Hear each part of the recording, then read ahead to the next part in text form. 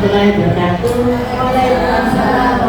Assalamualaikum warahmatullahi wabarakatuh. Waalaikumsalam warahmatullahi wabarakatuh. Baik, terima kasih atas kehadirannya Ibu Bapak pada pagi ini. Saya Ana Suswati, CDP Angkatan 10 tahun 2024 ya. Saya akan hanya mensosialisasikan saja tentang modul 3.1, yaitu pengambilan keputusan berbasis nilai-nilai kebajikan sebagai pemimpin. Jadi mungkin besok-besok ibu menjadi seorang pemimpin pasti akan mengalami suatu permasalahan, entah itu permasalahan dari murid, dari guru, dari lingkungan sekolah, dari kita sebagai kepala sekolah. Itu pasti kita akan mengalami suatu permasalahan. Itu seperti itu. Hal ini di dalam pengambilan keputusannya itu ada tahapannya. Apakah Bapak Ibu guru pernah mengalami suatu permasalahan? Mungkin belum. Banyak sih. Di antaranya apa? Seperti apa? Ya, apa contohnya Bu? Menemukan siswa di kelas banyak tidak menjaga PM. Itu juga masalah bagi saya. Baik, terima kasih Bu Murti. Untuk berikutnya mungkin ada lagi. Ini permasalahan yang hubungan dengan kepala sekolah dan siswa. Sekolah dengan siswa, kepala sekolah dengan guru dengan masyarakat. Oke. Kalau dengan siswa yang saya temukan adalah permasalahan siswa tidak memiliki peralatan yang ingin saya gunakan di saat saya belajar. Yang berhubungan dengan sekolah tidak bisa mengadakan peralatan yang berhubungan dengan KPI. Terima kasih. Oke, itu ya. Ya, tepuk tangan dulu. Jadi itu adalah antara dilema. Iya, antara dilema. Dan kita itu sebagai guru seperti apa? Dilema sebagai guru. Di sini pasti suatu guru itu mengalami suatu permasalahan dan akan mengambil kadang-kadang suatu keputusan. Contohnya lagi di saat ini siswa kita lama tidak masuk, yang namanya dengan Devi itu tidak masuk, itu dia tidak masuk. Di saat kelulusan dia itu Bapak Ibu ingin meluluskan apa tidak? Ingin sekali. Tetapi karena berhubungan dengan aturan, dia tidak masuknya lama, sudah kena poin, apalagi di BK sudah kena poin, dia akhirnya tidak lulus kedua-duanya. Antara hati dengan kenyataannya itu kan berbeda. Itu yang dikatakan kita memiliki suatu dilema. Itu. Jadi seperti yang pernah kasus terjadi itu, kita antara dilema etika kita. Sedangkan kita memiliki aturan. Karena dia tidak masuk, kalau diluluskan bagaimana kata temannya yang semuanya rajin masuk, akhirnya punya di luar itu tidak masuk, tidak apa-apa, ternyata bisa lulus. Itu seperti itu. Yang kedua, jadi di dalam pengambilan keputusan berbasis nilai itu, kebajikan itu, seorang pemimpin itu juga ada seperti kasus seperti ini. Ada dana bos. Sudah ngerti kan Bapak Ibu, dana bos itu bentukannya apa saja? Sudah ngerti kan untuk apa saja? Ternyata di sisi lain, yuk kita makan-makan, kita ambil dari dana bos. Boleh apa tidak Ibu? Boleh. Nah, tidak boleh. Tidak boleh. Ini ada yang boleh. Ya, antara dilema itu dengan aturannya itu kan berbeda. Sedangkan kita kalau betul pada aturan tidak boleh. Iya. Secara ini dilema kita cuma ruangnya dibuat makan-makannya bersama untuk kekompakan. Nah, itu yang dikatakan nanti ada pada keputusan pada bidang ini. Berikutnya, jadi tujuan pembelajaran ini guru dapat mempraktikkan proses pengambilan keputusan paradigma berprinsip pada pengujian keputusan di sekolah. Jadi intinya kita sebagai pendidik pasti mengalami suatu permasalahan, entah dengan kepala sekolah, dengan murid, guru dengan guru, itu pasti mengalami suatu permasalahan. Ya, di sini pemahaman intinya sekolah adalah institusi moral yang dirancang untuk mengajarkan norma-norma sosial. Keputusan-keputusan yang diambil di sekolah akan merefleksikan nilai-nilai yang dijunjung tinggi oleh sekolah tersebut dan akan menjadi rujukan atau teladan bagi seluruh warga sekolah. Jadi kembali lagi pada tadi, suatu permasalahan kasus murid kita yang lama tidak masuk akan mengacu pada itu, Bapak Ibu. Jadi di sisi lain, di hati nurani kita ingin meluluskan anak itu. Kasihan ya, kapan lagi dia akan bersekolah. Terus berikutnya di situ pemahaman intinya, modul ini berfokus pada pengembangan keterampilan skill guru dalam pengambilan keputusan sebagai pemimpin pembelajaran. Tidak ada benar atau salah pada jawaban atas berbagai kasus yang ada selama pengambilan keputusan didasarkan pada nilai-nilai kebajikan universal. Apa saja kebajikan universal itu? Ya, di sini ada 4 paradigma dilema etika, 3 pengambilan keputusan dan 9 langkah pengambilan dan pengujian keputusan. Jadi kalau kita mengalami suatu permasalahan, konsep ini sekolah sebagai institusi moral dan nilai-nilai kebajikan universalnya dalam mengambil suatu keputusan berdasarkan ini. Tujuannya untuk murid.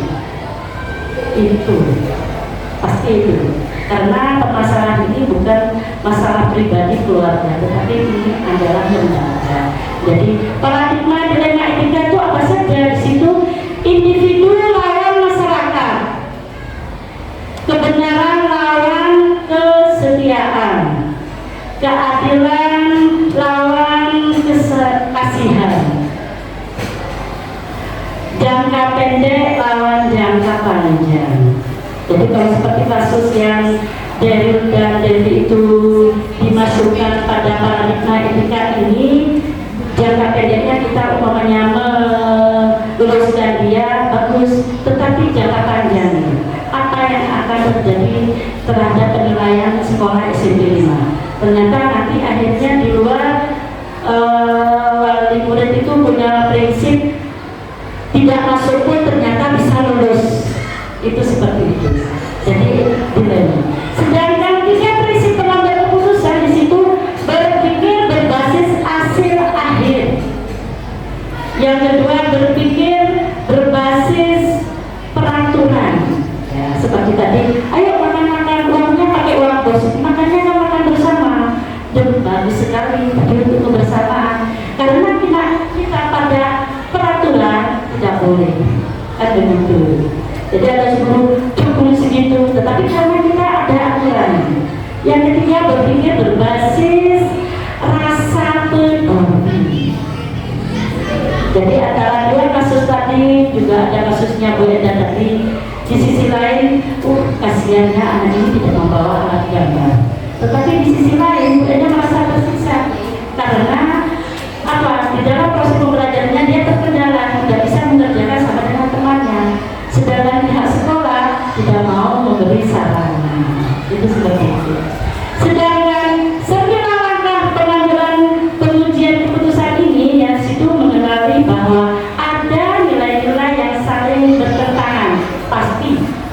Jadi kalau Bapak Ibu mengambil ada keputusan itu dalam benaknya pasti ada ini bertentangan. Benar tidak Bapak Ibu? Jika Bapak Ibu akan memberikan nilai pada Daryl, merasa berat enggak? Iya, merasa berat. Enggak, Bu, karena ini tidak pernah masuk, saya tidak akan memberi nilai seperti itu. Jadi bertentangan dengan hati nurani. Tetapi yang kedua, di sini menentukan siapa yang terlibat dalam situasi ini. Berikutnya yaitu kumpulkan fakta-fakta yang relevan dalam situasi. Jadi seperti untuk memutuskan pada Daryl itu kita mengumpulkan fakta-fakta. Setiap hari kunjungan wali kelas, DK-nya, bahwa inilah fakta-faktanya yang ada, dikunjungi, mungkin lagi wali kelasnya, DK-nya, itu ternyata pada suatu saat kita harus bisa menentukan suatu keputusan itu. Akhirnya ternyata keduanya itu tidak lulus.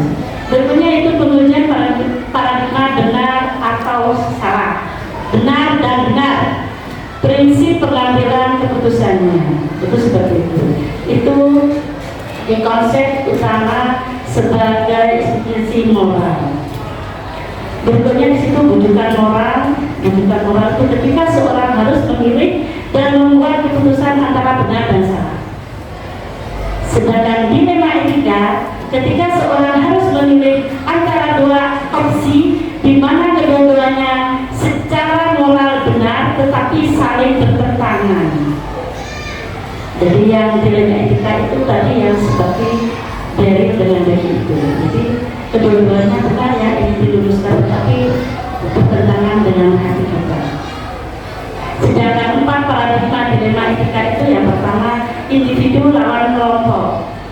Di sini ada pertentangan antara individu lawan sebuah kelompok yang lebih besar, di mana individu ini juga menjadi bagiannya. Sedangkan yang kedua, rasa keadilan lawan rasa kasihan. Pilihannya adalah antara mengikuti aturan tertulis dan tidak mengikuti aturan sepenuhnya.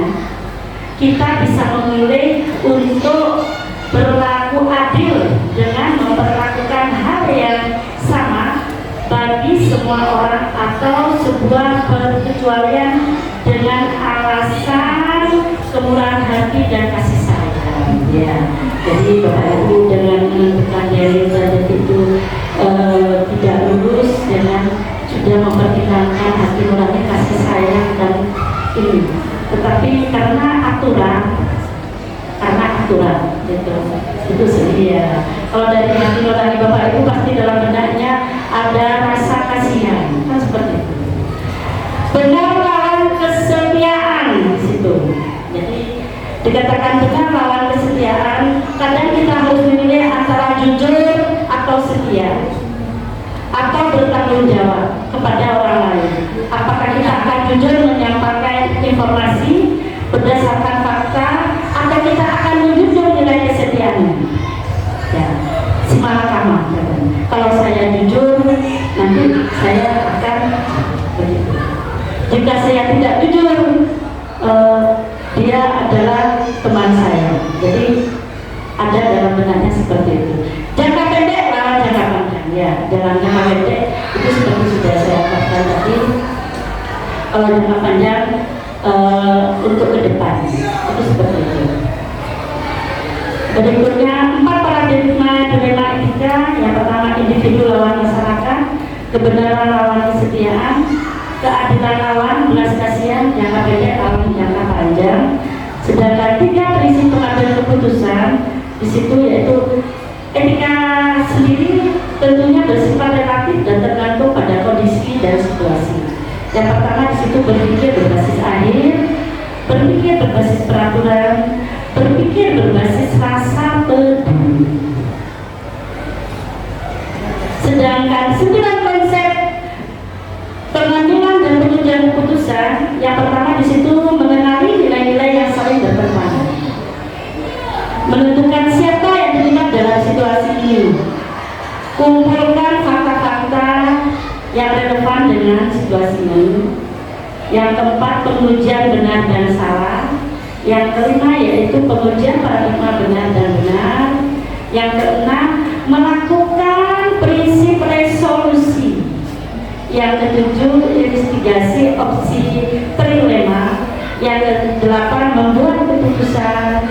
Yang kesembilan, lihat lagi keputusan dan refleksikan.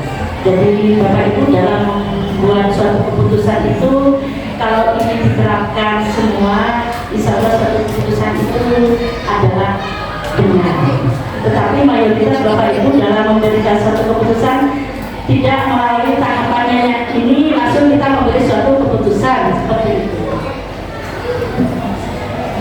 Baik, jadi kita memiliki masalah keputusan yang kita ambil adalah kita harus memiliki tahapan dalam memberi keputusan. Itu yang pertama. Fokus pada kepentingan murid serta keputusan yang kita ambil bisa dipertanggungjawabkan. Ya. Baik ya, terima kasih. Jadi intinya di pemaparan pengambilan keputusan itu kita